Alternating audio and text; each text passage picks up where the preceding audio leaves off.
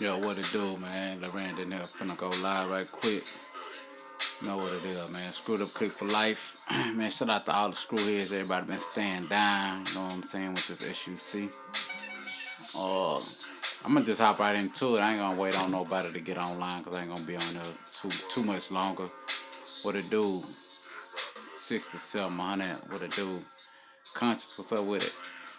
I just want to jump on live right quick. For all the screwheads out there that have been, putting it down with this SUC for a minute, you know what I'm saying, since day one, since the 90s. It's the 20-year anniversary of the last tape that I did with DJ Screw, 99 Live. You know what I'm saying? For all y'all that's been staying down with the screwed up click, day one, y'all already know what it is, man. 99 Live was the last tape I did with Screw. It was my last birthday tape. It was actually the last time I saw Screw live too. So it's deep, you know what I'm saying, with that 99 Live, man. And let me turn this down. Yeah, man, I got rest in peace Big House playing in the background, man. Also already, man, if you got all the live tapes, man, I appreciate you, man. All those tapes, all the live tapes meant a lot to me, you know what I'm saying? Because that was always my birthday tape, you know what I'm saying? If a lot of people don't realize, that today is my birthday, you know what I'm saying? I don't really, advertise my birthday a lot, you know what I'm saying? Because I be wanting the love to be genuine, you know what I'm saying? When people come to me about my birthday, I like for it to be genuine. But, I still appreciate it in the way it go, you know what I'm saying? If you didn't know, now you know what I'm saying? January the 7th, it is my birthday, you know what I'm talking about? So, and that was actually the last time I did a tape with DJ Screw, you know what I'm saying? So, I just want, give a little history about that, you know what I'm talking about, man? Uh, um, Actually, also, the last time that I talked to Screw, the reason why that was my last tape was because I already submitted the third and the seventh. The reason why that's the last tape that I did with Screw, because we all know Screw passed in 2000, but January of '99 was the last tape that I did with Screw, because I was incarcerated in between that time. Like 2 months after I did the tape, I got incarcerated. So, I was actually locked up when Screw passed away. But I did talk to Screw. Screw was the only person that I called when I was locked up. Everybody know I was locked up. I did 3 years in TDC.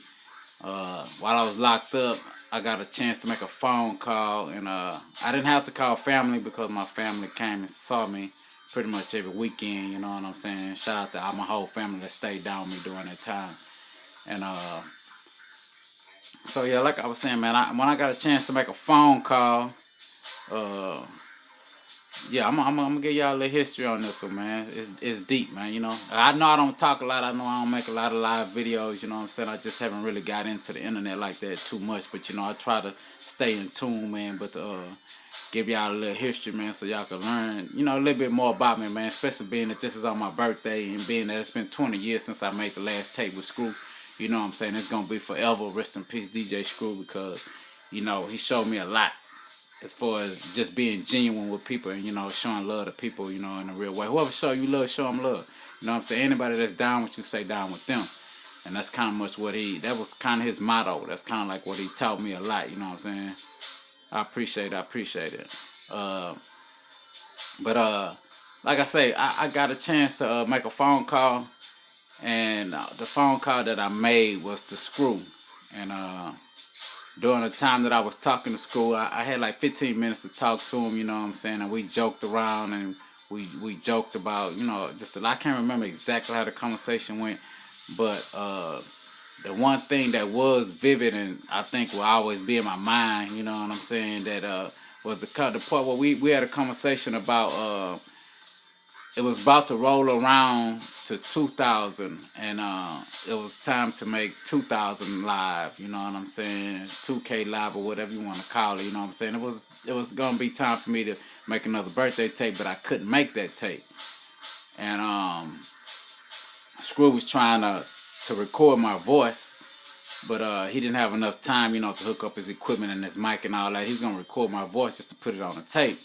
But we didn't get around a chance to do it. And that would have been epic, man. That would have been really something. But we didn't get a chance to do it because I didn't have much time. Like I said, I only had 15 minutes to talk to him. So during that time, I talked to him and he was like, man, a lot of people have been coming to me wanting to do 2K live. And I was like, oh yeah, I mean, like, why would they want to do that when everybody know, I've been doing this since 9/6. You know what I'm saying? He was like, yeah, man, everybody just, everybody wanted to make the live since she wasn't here. And Screw was like, man, I told him I couldn't do that. Screw was like, he wasn't gonna do that. He couldn't make that because he understood that was something that I had going on with him, and that was something that was really more sentimental to me than anything. You know what I'm saying? The live. That's when I celebrate my birthday, and that's what that was. So Screw denied anybody from making a 2K live. That's why there is no 2K live before Screw died. So it go from 9/6 to 9/9 live. You know what I'm saying? There is a 9/5 live, which when I made 9/6 live, I didn't know that there was a 9/5 live when I made 9/6 live. So, and I don't even know who tape that is, but it's a 9/5 live. That's not my tape. A lot of people think I made 9/5 live, but I didn't make 9/5 live. I don't even know who tape that is because, like I said, me and Screw was real close, and not to really toot my horn or anything like that, but I made a lot of Screw tapes. Me and Screw was really close. You know what I'm saying? It pretty much. I don't know anybody that's probably made more Screw tapes than I did than probably Poppy. You know what I'm saying? Me and Poppy would probably be neck and neck. Shout out 3-4 Action, all them boys over there. But me and Poppy would probably be like neck and neck when it comes to just a catalog with Screw. But like I was saying, yeah, Screw denied anybody from making that tape, and he was like, man, I couldn't do that. He said he was just telling people, that's something that me and Lil Randy do. And he did so he didn't do the tape, so that's why there never was a 2K live, even though Screw passed in November. So I know a lot of people ask me like, what's a typical day at Screw House? What's a typical day of making a Screw tape or something like that?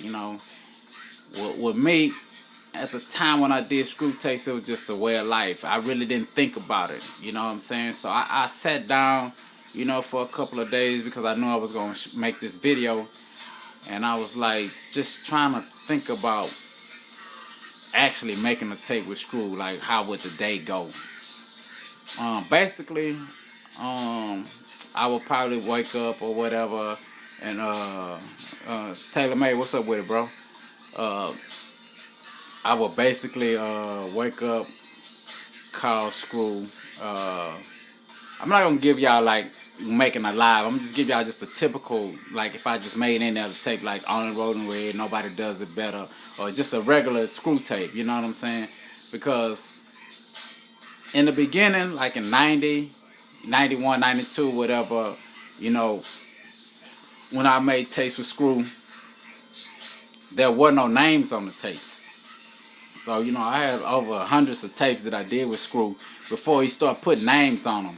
He started putting names on them because I guess the tapes got so popular and he was trying to keep up with, instead of the Screw just saying, the tape saying DJ Screw and Lil Randy, he wanted to be able to separate the tapes to know what tape he done.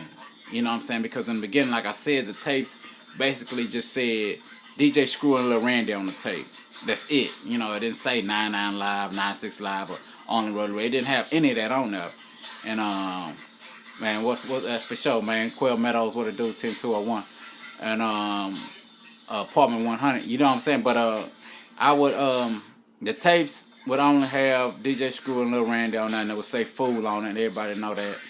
But if you didn't know, DJ Screw, he would put Fool on his tapes because that was like a little saying. That was like a slang. You know what I'm saying? It wasn't calling you a fool.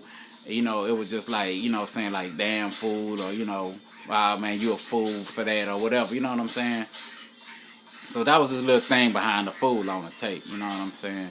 And basically I would like jot down so many songs on a piece of paper that I wanted Screw to mix or whatever, and I would either meet him, because a lot of people know, like back in those days it was pages and payphones. So, you know, I would either pay Screw, he would call me back or whatever, and I would either meet him or I would come by his house or to his apartment or whatever the case may be and just drop the list off, you know, and we'll sit there and just, you know, crack jokes and laugh or whatever, and then I'll burn off and he'll be like, you know, I had a tape for, you know, a day or two, whatever, because back in those days, Screw had to flip through records. It's not like it is right now. You know, when you make a mixtape right now, say if you're making a mixtape with me, I can just go on the internet and type in the song and find the song. Well, when Screw did it, it wasn't that simple.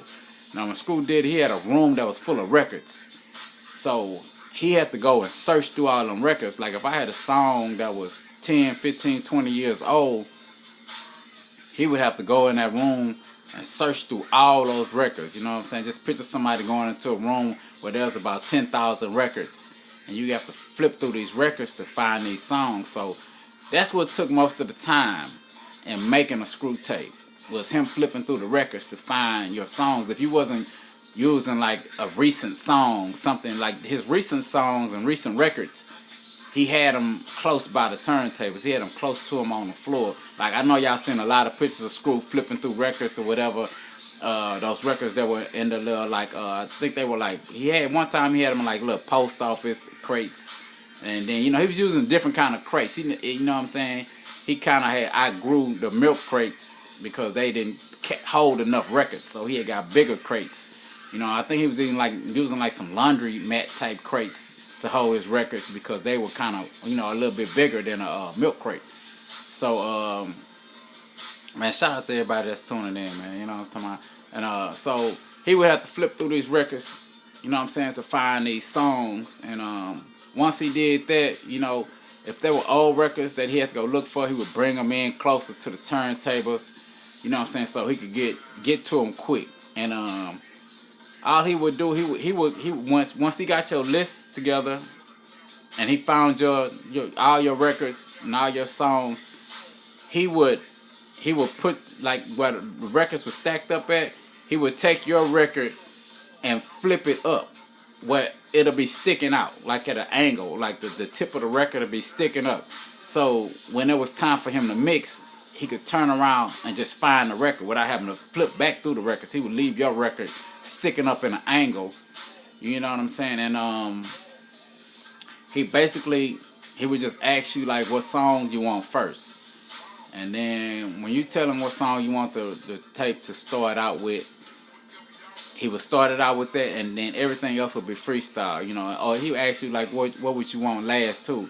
Me, when I started doing my live tapes, you know, my 9-6 live, I just came up with a crazy idea that I, you know, had never like really heard a lot of people do, you know, because you know when you dudes, and then especially back in the '90s was the gangster era, you know, everybody was a little too tough to do R&B, and you know, too tough to put slow songs on their tapes, their mixtapes with Screw or whatever. But I just wanted to do something different. Anybody know me? I'm always trying to be a trendsetter, you know what I'm saying? I'm always trying to do something different. So I decided that I would end the tape with a slow jam. You know what I'm saying? So when I did that on 9-6 Live, man, it just took off, man. Everybody was, you know, everybody caught on to it. Everybody was like, oh, man, you ended the tape with a slow jam. You know what I'm saying? Which was really fitting, you know, the tape finna end, you know, go out, you know, because by then you gone anyway. You know what I'm saying? You know, we was sipping and leaning, you know, smoking. You know, we was really heavy on the, you know, just doing our thing back then, you know, as kids or whatever. And, you know, by the end of the tape, we were out of there. You know, half the time we was asleep, gone. I'm talking about just out of there, just for real. You know, it wasn't a gimmick. It wasn't for show back then. You know, we didn't do a lot of stuff on camera. And we didn't take a lot of pictures of stuff, you know, because we was living the moment. You know what I'm saying? Rest in peace, Big Mo. You already know what to do, man. And like I say, back in those days, it wasn't a lot of picture taking. It wasn't a lot of, cause I don't think that I actually own a picture with Screw, with me and Screw. I don't think I ever took a picture with Screw. Not to my knowledge that I have. Now, if somebody was just, you know, out the blue, or somebody just in, you know, in our vicinity and took a picture, you know, that's really an epic picture, you know what I'm saying? If y'all know anybody that does have a picture of me in Screw, you know, I would really appreciate that, you know what I'm saying? But Yeah, I don't have a picture of Screw. Not with me and him together. You know what I'm saying? I spent a lot of time with him.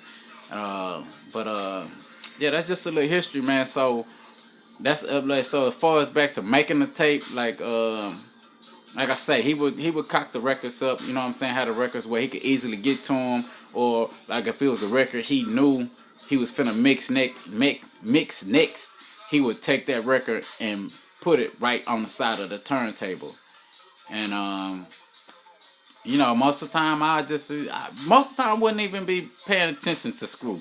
You know what I'm saying? Not just really, really. You know what I'm saying? If I'm in there and I'm drinking, I'm leaning, get my lean on or whatever the case may be. You know what I'm saying? And no, I'm not promoting anyone to drink lean or codeine or anything like that, man. Don't do it. You know what I'm saying? It ain't worth your life, man. But I would just be doing my thing or whatever, and he'll just be mixing, man, and he would always do his mixes freestyle. Like he would never, like a lot of really all the DJs. I think I'm probably the only DJ that doesn't pre-record. I still do my mixes live exactly the same way Screw did. You know what I'm saying? Like I don't sit up there and edit and try to see what song mix before I press record. I get your songs and I press record. That's the same way Screw did it. I still try to keep everything original the way Screw did it. That's why my tapes sound a whole lot different from everybody else's tapes. But Screw did his tapes freestyle. Just like when you freestyle off the head rapping, he did freestyle off the head mixing. He didn't sit there and try to see if the song mixed. You know what I'm saying? You just had to have the ear for the music, and you had to be able to mix really good to do that. So yeah, he wouldn't sit around and just edit. Like I say, it wasn't all these programs that you have now. Nothing was digital. You know what I'm saying? Everything was manual back then, like with the mixing and the blending and the scratching, and that's why a lot of DJs don't scratch nowadays. I still do, but like I said, a lot of DJs they don't scratch because they just don't have the talent. They just don't, have, what I'm saying? And Screw was a real DJ. He wasn't somebody that just played music, That's why you don't hear a lot of the DJs blending music as well because, well, now, they have programs where you don't even have to have an ear for music to be able to blend the song together. You know what I'm saying? But I still do everything organic. You know what I'm saying? When I'm blend songs, I'm actually doing it manually. There's no computer helping me, no software, nothing is helping me. I still do everything exactly the way Screw did it. You know what I'm saying? So I try to keep everything organic. I try to keep it the way the originator made it. You know what I'm saying? And it's crazy because I watched Screw so much that I actually learned just from watching him. I watched him that much. You know what I'm saying? Nobody taught me. Screw didn't teach me.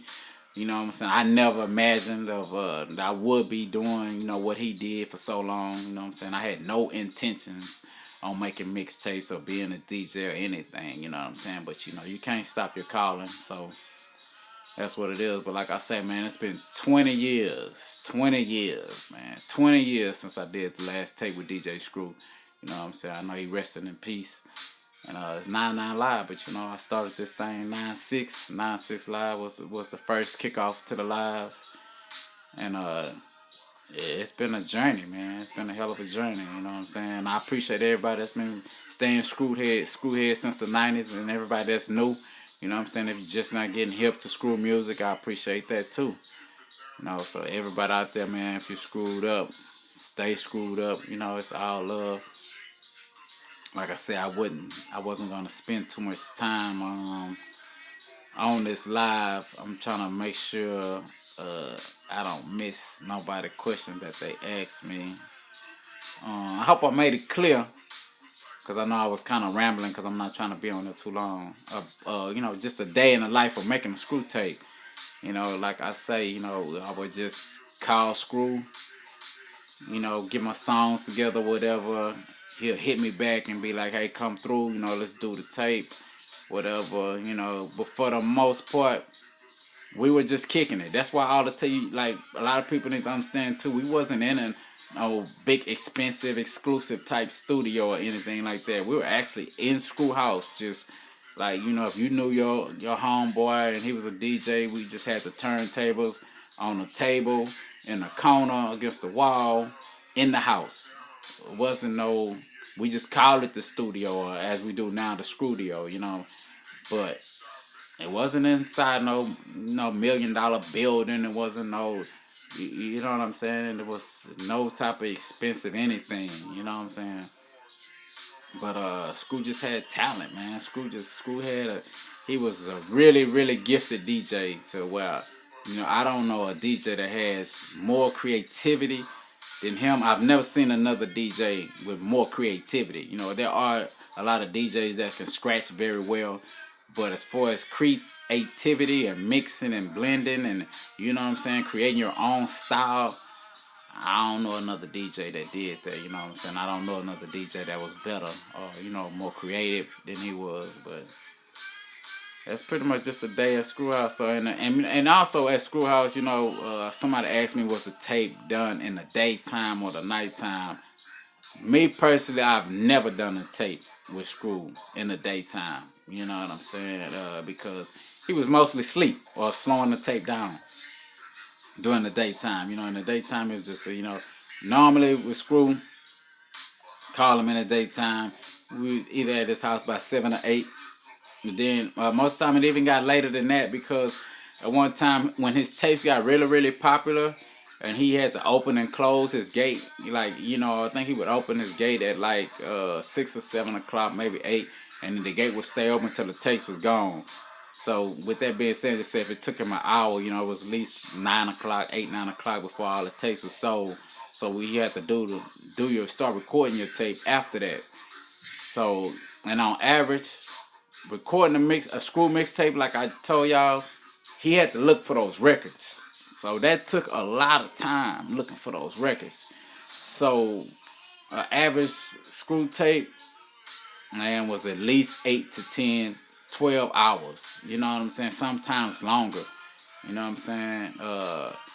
When we recorded the mixtape Bar, that was on Big Mo's birthday, I actually left Screwhouse about 12 o'clock noon. I probably went up to Screwhouse at 9 o'clock that night. People were going to lunch. People were on their lunch break when I left Screwhouse. You know what I'm saying? Because I actually, leaving Screwhouse, I fell asleep in the driveway. I fell asleep in Screw driveway because that night, I think we were on like 4 pints. I know we had 2 pints and a 2-liter. You know what I'm saying? Like I say, I don't condone people drinking syrup in and out. I'm just giving y'all history of what was going on back then, and I'm trying to just keep it all the way real and all the way 100. You know what I'm saying? Just to give y'all a day how it went. You know what I'm saying? So we making this tape, and like I say, we were doing a lot of drinking back then, and anybody that's ever drunk codeine, you know, it makes you sleepy, really sleepy, really drowsy. It's really a downer. So I fell asleep in the driveway, and Nick Nack, which was Screw girlfriend at the time, she came and knocked on my window of my car and was like, "Hey, Randy, you need to just come back in the house and go to sleep." And I was like, "Nah, I'm finna make it home. I'm finna go home." She actually was on her lunch break. She was coming to Screwhouse because she was on her lunch break from work. So I jumped up and I was, because she had pulled in behind me. I was like, "Nah, you know what? Just let me out. I'm finna go." So I drove off, and I got down the street or whatever, and I fell asleep again at the red light. And so when I fell asleep at the red light, people behind me were bumping their horns because, of course, you know, people are in a rush. They're on a lunch break. They're trying to get back to work or get to lunch so they can get back to work. And I'm asleep at the light. So people were bumping their horns, and when people started bumping their horns, it kind of startled me, and I woke up and mashed the gas, and I hit a curb, hit a pole, wrecked my car, put my tires on flat, all that, man. Just think I'm gone, you know, off a drink. It's 12 o'clock, 1 o'clock in the afternoon, you know what I'm saying? So that was a crazy day, you know what I'm saying? That's history though, you know what I'm saying? Making that tape Bar with rest in peace Big Mo, you know what I'm saying? Y'all can go back and listen to these tapes too, man, and trying to get a feel. These is like the stories from behind the tapes. I know if y'all heard the Bar tape, you know, y'all, hear Big Mo singing on chilling with my partner Randy, you know what I'm saying, and all that. I can't remember. It's the first song on the tape, though, I believe. But Mo he freestyle all the time too, you know what I'm saying, and that was, and me and Big Mo go back, you know what I'm saying. Me and Big Mo go back to middle school, you know what I'm saying. I met Mo when I was in the 6th grade, you know what I'm saying. And me and Big Mo, we hooked up, man. We was just partners from day one. We never had an issue with each other. You know, we used to spend a night at each other's house, man. His mama loved me. I loved his mama, you know what I'm saying. It's still the same, you know what I'm saying. I still talk to Kerry, his little brother, you know what I'm saying. And so yeah, you know what I'm saying. Mo was another one of my real close friends after SUC. You know, somebody who I knew before we were SUC. You know what I'm saying? So that's why me and Mo did a lot of tapes together too. Because most of the time we would talk, we'd be like, man, you know, I got a tape to go do with Screw. You know, and it'd be vice versa. He'll call me if he going to do a tape. I call him if he going to do a tape. If I'm going to do a tape or whatever the case may be. You know what I'm saying? But yeah, I think that's about it. I think that's about what really happened to school. I mean, I really can't answer that question. You know what I'm saying? I can't answer some. Like I say, I wasn't around to even know what was going on. Like I say, like I don't know what really happened. All I know is he passed away. You know what I'm saying? May he rest in peace. Whatever the case may be, I'm really kind of past all the stories and the rumors about what happened to school. I know he passed away. You know, I know he was a close friend of mine. You know, I know that Screw was somebody that really had an illness before he passed away that a lot of people didn't know about. You know, I'm gonna just say this: I don't know what really happened to Screw because I wasn't here, but I would like to say I wish that people would clear up rumors about saying like he OD'd or he passed away from drinking serving when I'm almost definitely sure that that was not the case. You know what I'm saying? Because I know Screw like I know Screw that wasn't the case. You know what I'm saying? I do know that Screw done had a seizure when it's just me and him before. Screw had